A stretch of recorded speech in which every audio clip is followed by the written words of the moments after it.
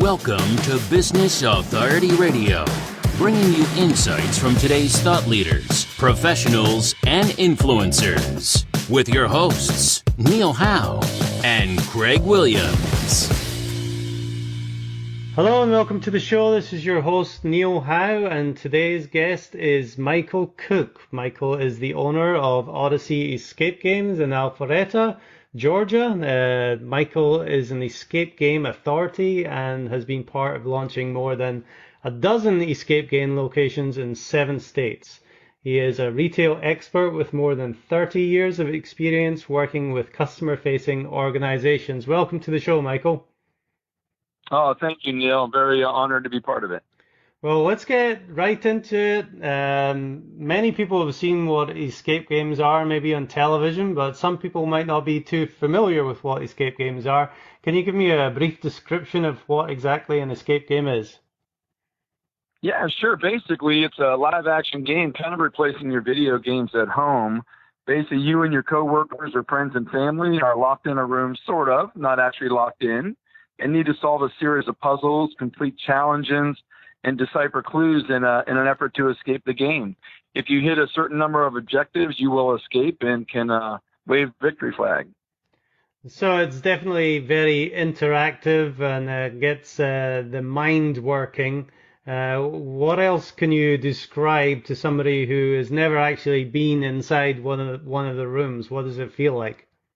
Yeah, basically, it's a room, as you state, and escape games, I would say 95% of them are multi-room experiences, meaning you transition from one room to the other throughout the game. But basically, you're in a room. The room has a theme environment.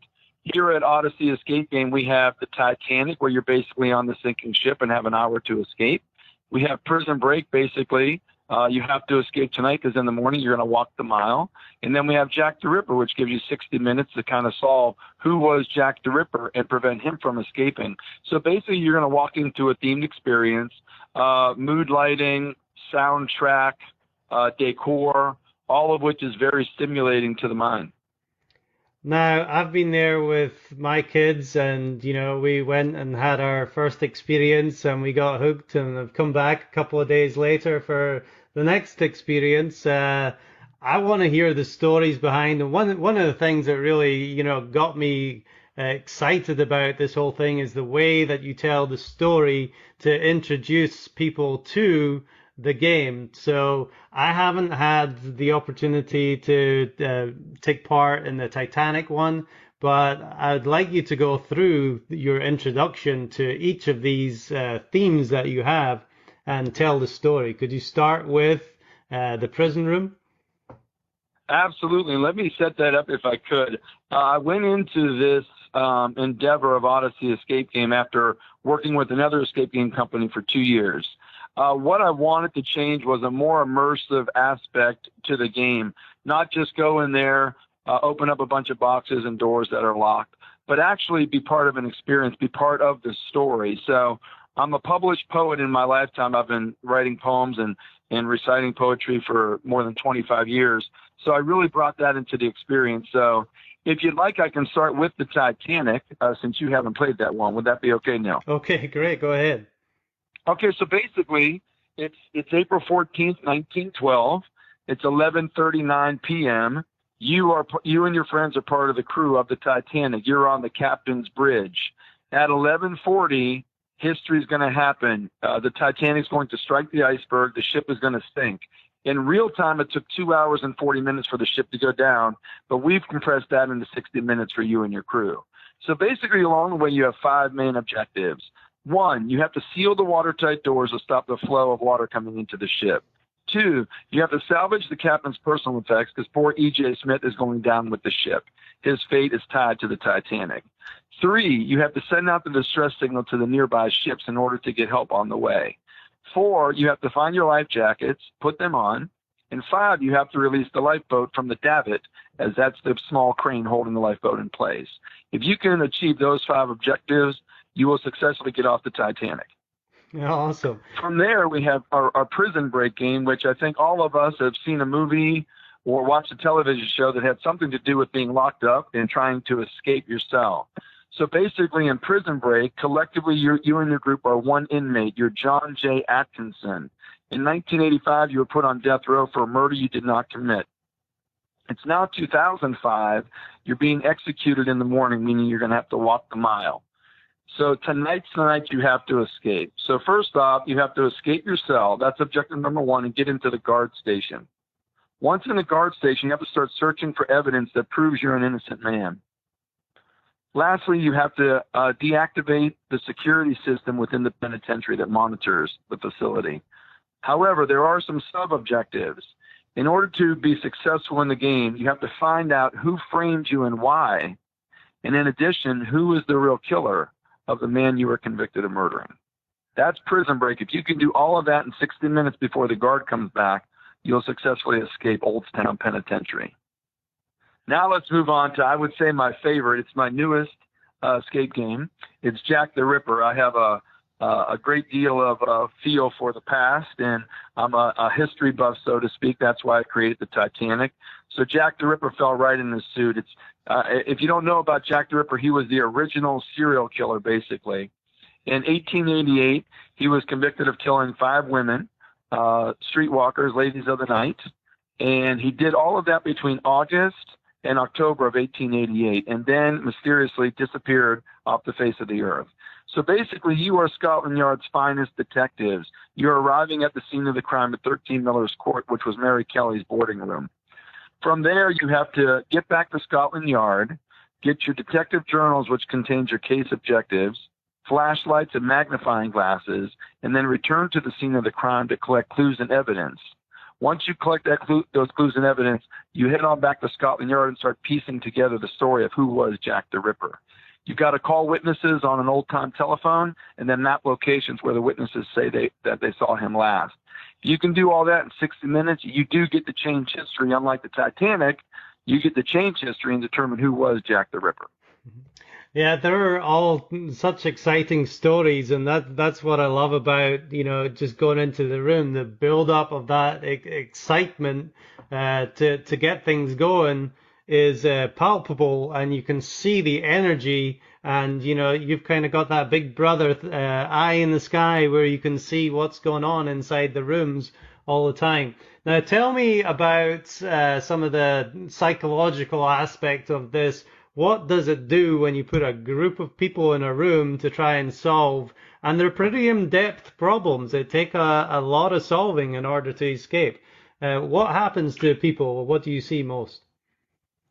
Yeah, the first thing I'll say is most people don't use their brain for 60 straight minutes. Even in an office environment, you have time to get up and walk away from your desk, go to the break room, go to the bathroom, make a quick phone call, or you sit there and text a friend or family member.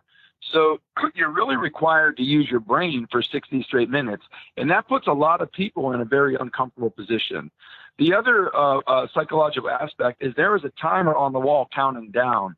And we've all heard the term up against the clock, whether you're, an athlete up against the clock or in an escape game, there's a lot of pressure associated with a timer counting down from 60 minutes all the way down to 0.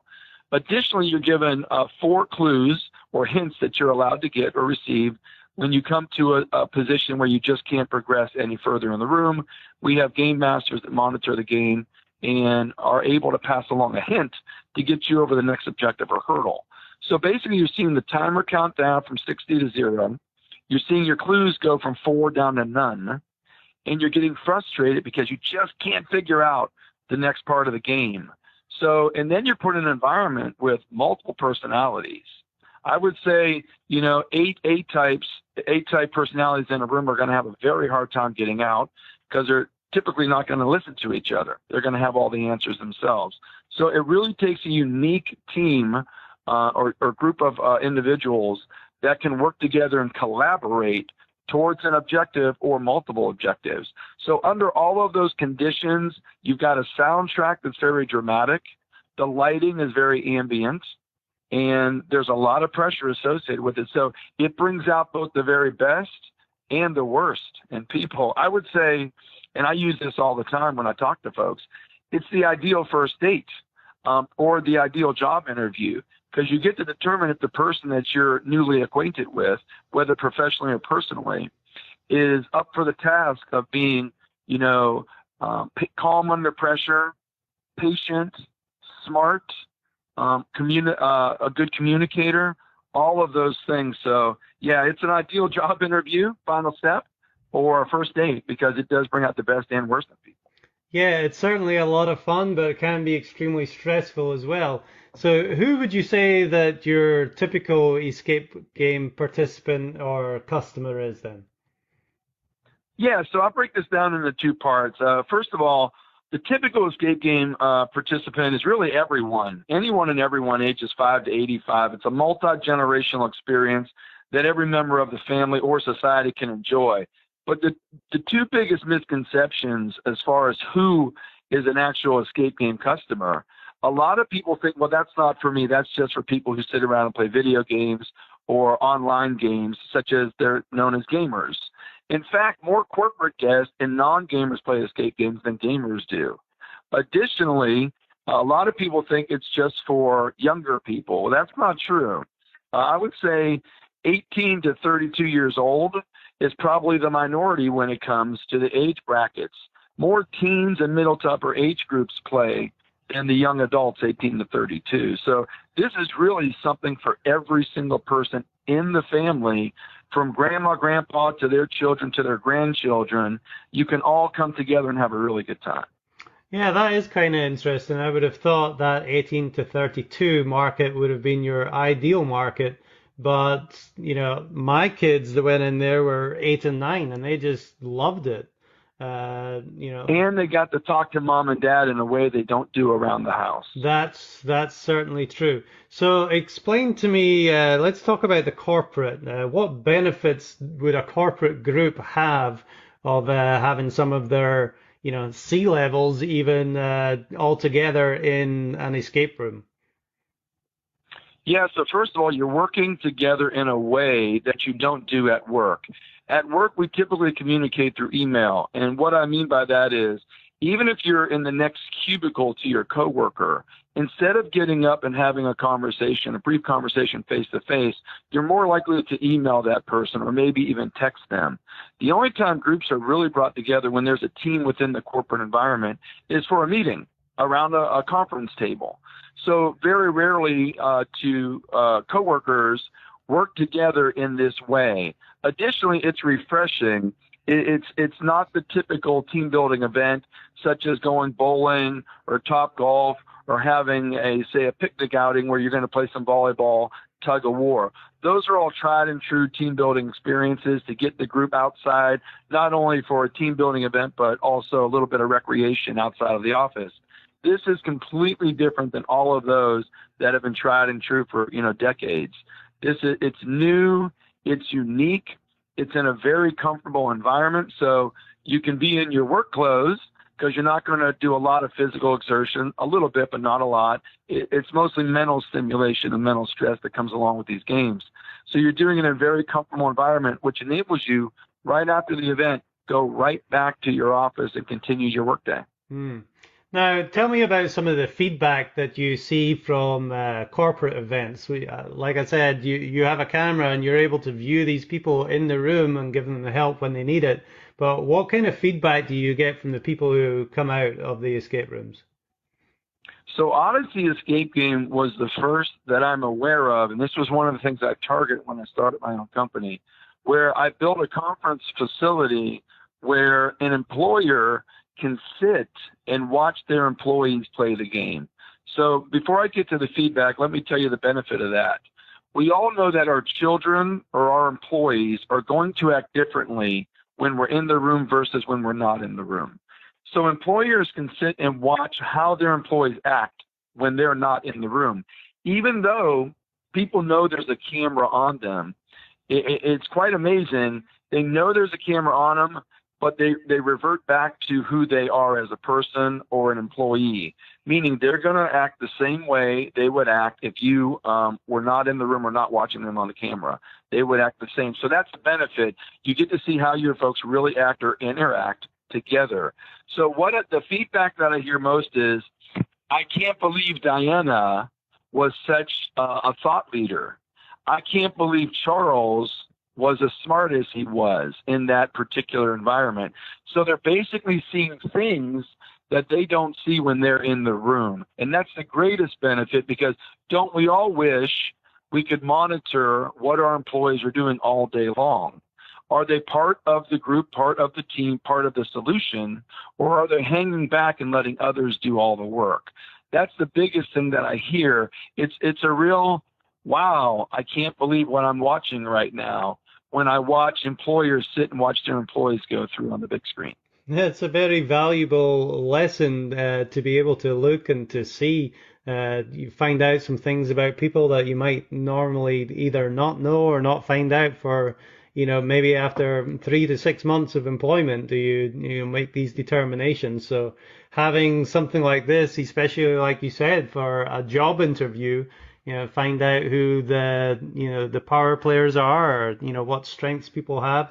Very, very important, I would imagine, for a business. Yeah, and I've said this for about 30 years now.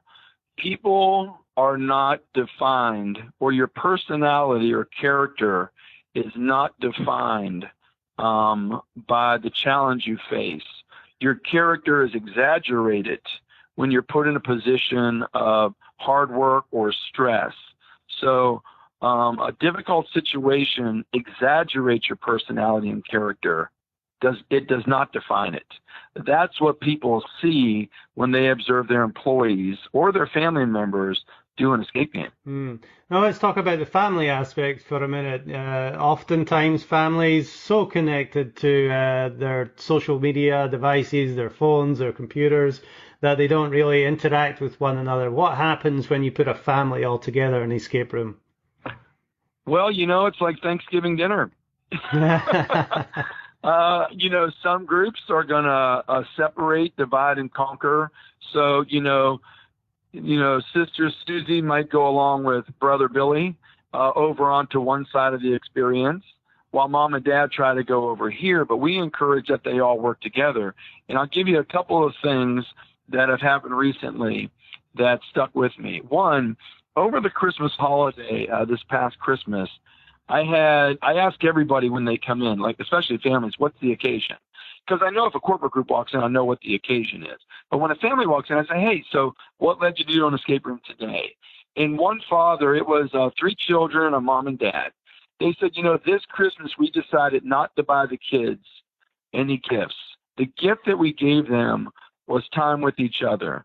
So they bought a lot of different things to do around town, such as an escape game or a hiking on a trail, things that would force them to all interact with each other. And I correlate that to one of my daughters just the other day. She was sitting on the couch. I was sitting on the chair. We were both watching a television program, and I got a text message. And I look forward to putting down my phone when I get home. So it was charging in the kitchen. I heard my text beep, and I went over, I crossed the room into the kitchen to get my phone to see who was texting me. And it was my daughter, who was sitting 5 feet away from where I was sitting, asking me, hey, Dad, can we go get a pizza? And I said to myself, I'm right here. So this really forces the family unit to put down the devices and actually talk to each other in a way they don't do around the house. It's real easy to say, well, if I want to talk to Dad, he's going to be here all night, so I'll just talk to him later. It's really hard not to communicate at the highest level while doing an escape game. And that's why this is so beneficial to the family culture.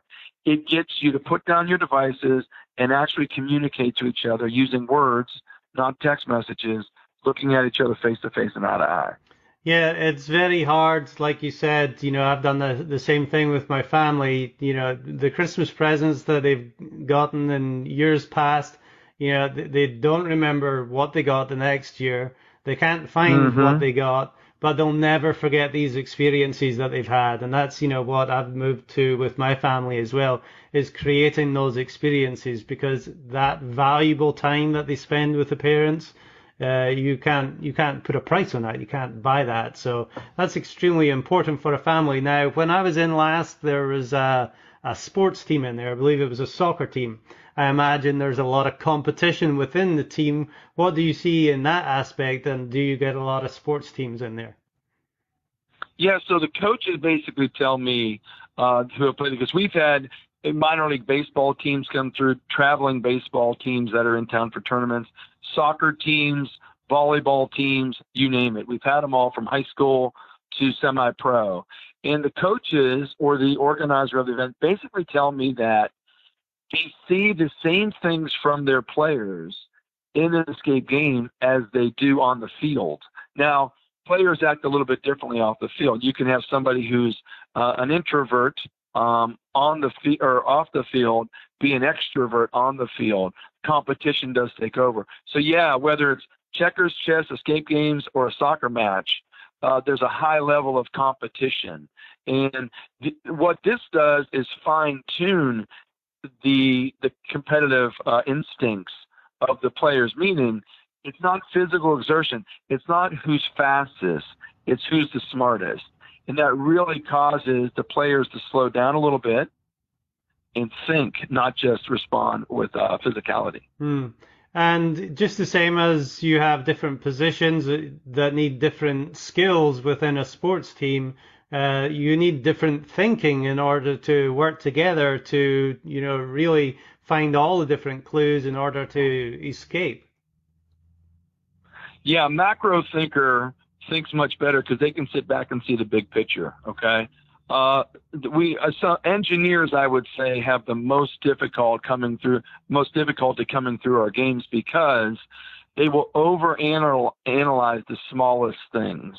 The smallest endeavor, the smallest objective, they want to strip it down and overanalyze it. So the macro thinkers probably perform the best in the games. And within any team, you're going to have both.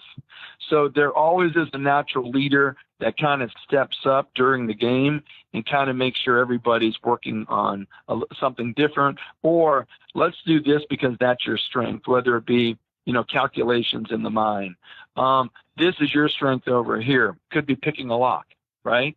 So yeah, you see a lot of that where the team will divide and conquer and the natural leaders will surface and the followers will fall right in line. But surprisingly, when you get into this environment, which is different than the workforce or the field of play, others step up. And that's the true surprise of an escape game. When the parent, the employer, or the coach sees somebody show a tendency they don't normally show on the field of play. So let's talk about some of the misconceptions. You've given us a broad story of what an escape game is and how people play. But what are some of the misconceptions that people might have before they actually get there and experience it? Yeah, I think a lot of people, are frightened of what they don't know. So I encourage everybody before you even come out to just get online and kind of YouTube or Google escape games and what they really are. There's a lot of great videos on YouTube. But basically, biggest misconception is that, well, I'm claustrophobic. I'm going to be locked in a room, so that's not going to do well for me. Neil, I'm claustrophobic, okay? And where elevators and airplanes frighten me, escape games do not, because psychologically I know I'm not actually locked in the room. So the biggest misconception is you're not actually locked in. You can either open up the door and walk right out or hit a release button and walk right out. So that's the biggest misconception. The other is that they're scary. I would say they're thematic, they're cinematic, they're dramatic, but they're not scary. I would say at worst they're a little creepy, but not frightening. In 99% of all escape games, nothing's going to jump out and scare you. You're never going to feel like your health or safety or well-being is threatened. It's a game at the highest form. It's very cerebral, but not intimidating or scary. The intimidation happens before you walk in, not after. Right. It's very real. It puts you in a fun and sometimes stressful environment, but you know that you can just open the handle and walk out that door if it gets too much for Walk you. out the door anytime. Absolutely. So Not like a roller coaster. Once you're on a roller coaster, you're on it till the end of the ride. That's right. You're strapped That's not in. the case with an escape game. So tell us about the origin of these escape games. It seems to be a phenomenon that is sweeping the country right now, but where did it all start? So yeah, a lot of people think that it's new as in the last year or two. That's not the case at all. Any research will tell you it probably started in Japan, and it went from an online computer game to real-world escape game experiences. I would say if you remember the Saw trilogy, the movie Saw, where a man woke up chained to a floor and he had to make a terrible decision in an effort to escape the room. I don't know if it's tied to that, but right around the same time the first Saw movie came out, escape games went from on the computer or online to real world. Most say it started in Japan, but definitely in Asia around 2002. So roughly 4 years ago, thereabouts, escape games hit North America. First one, it was in Toronto. From then it started spreading in the Western United States, and only in the past 2 to 3 years have really taken over the East Coast. When I started in the escape game business in 2015, there were about 900 in the U.S. and probably 2,200 or so worldwide. Now there's probably more than 4,000 in the U.S.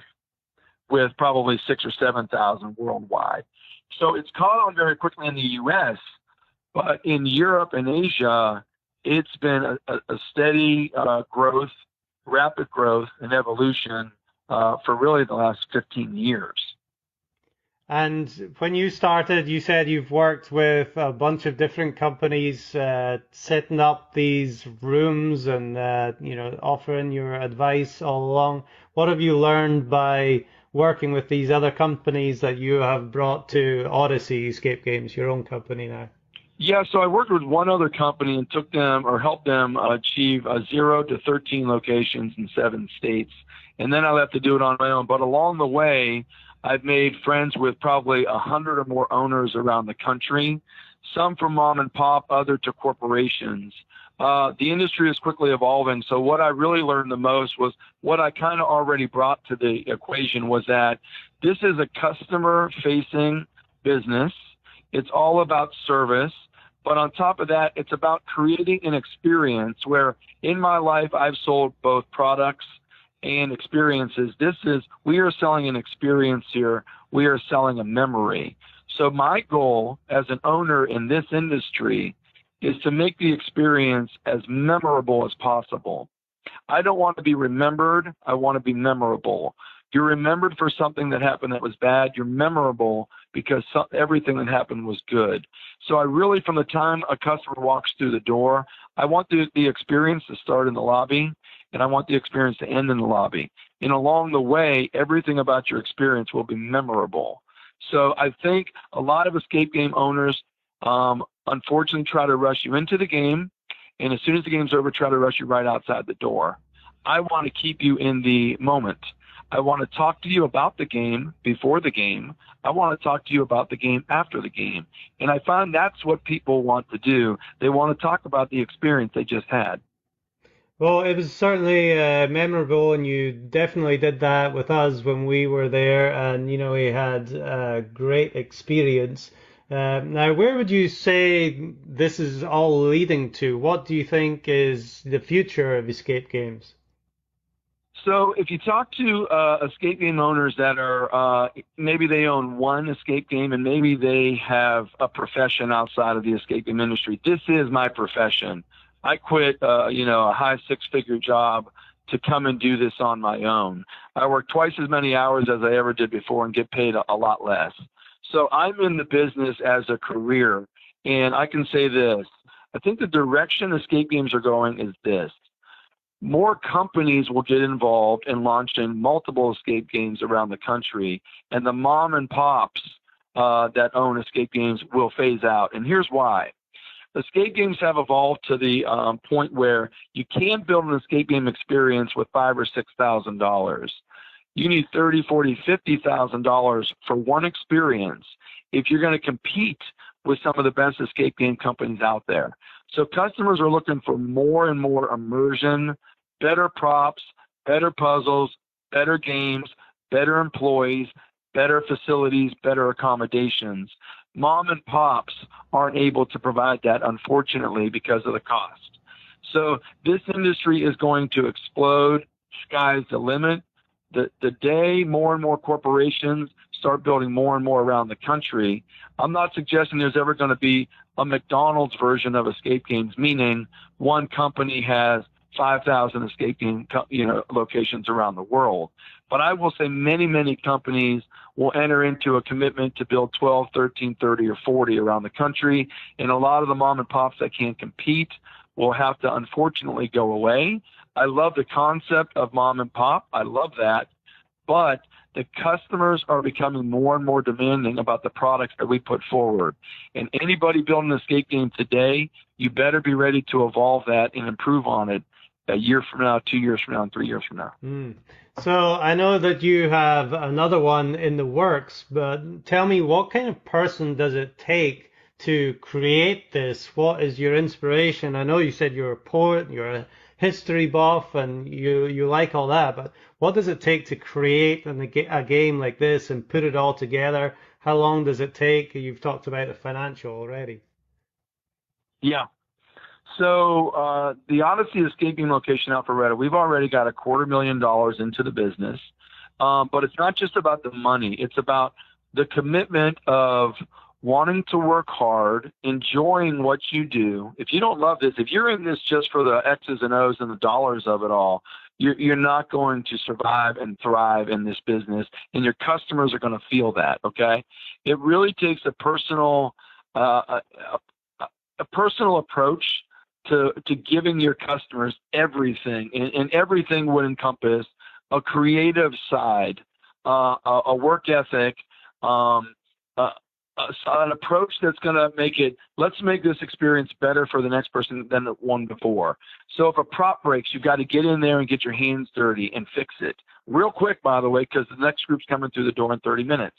So it really takes a hands-on approach. Anybody who thinks they're going to dump a lot of money into this and be hands-off, that particular location will not survive. Customers recognize that immediately. So it really takes a lot of hard work, a lot of determination, the desire to work however many hours it takes, not someone who looks at the clock.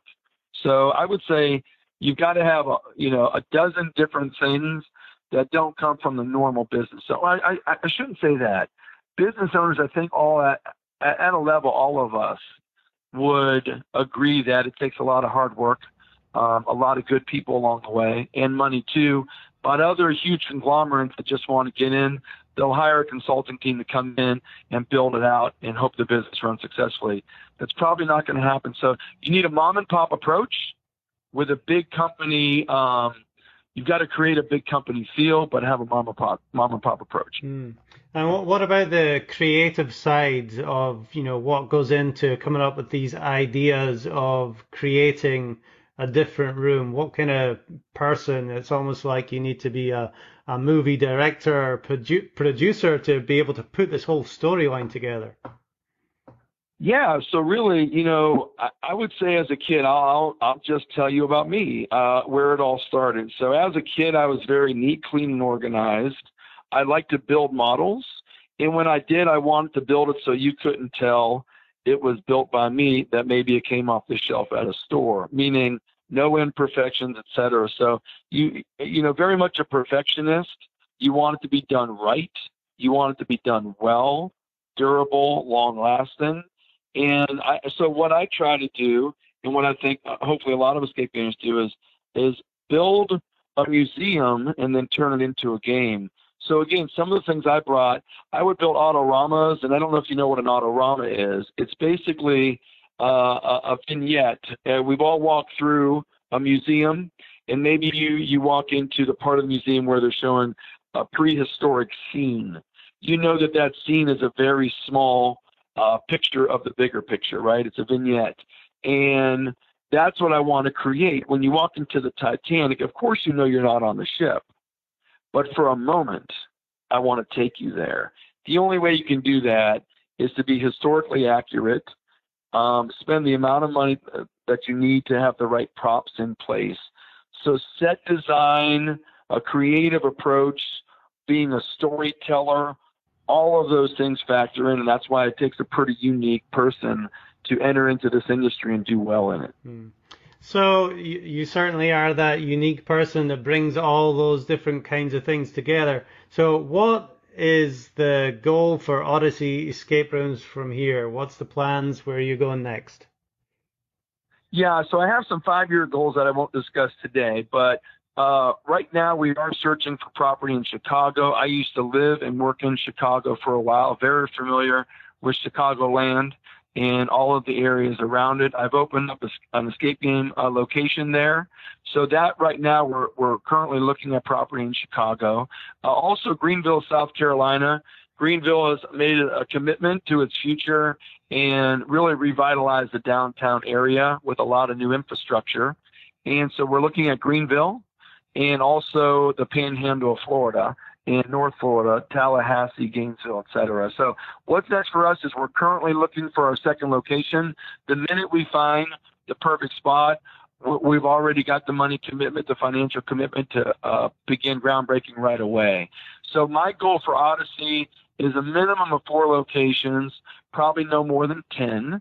And then after that, I'm going to enter into a higher level of commitment into this industry with experiences that exceed everybody's expectations that are today. Well, I don't think the need for experience-based games like this is ever going to go away. So I'm excited to see where the escape game industry does go in the next few years.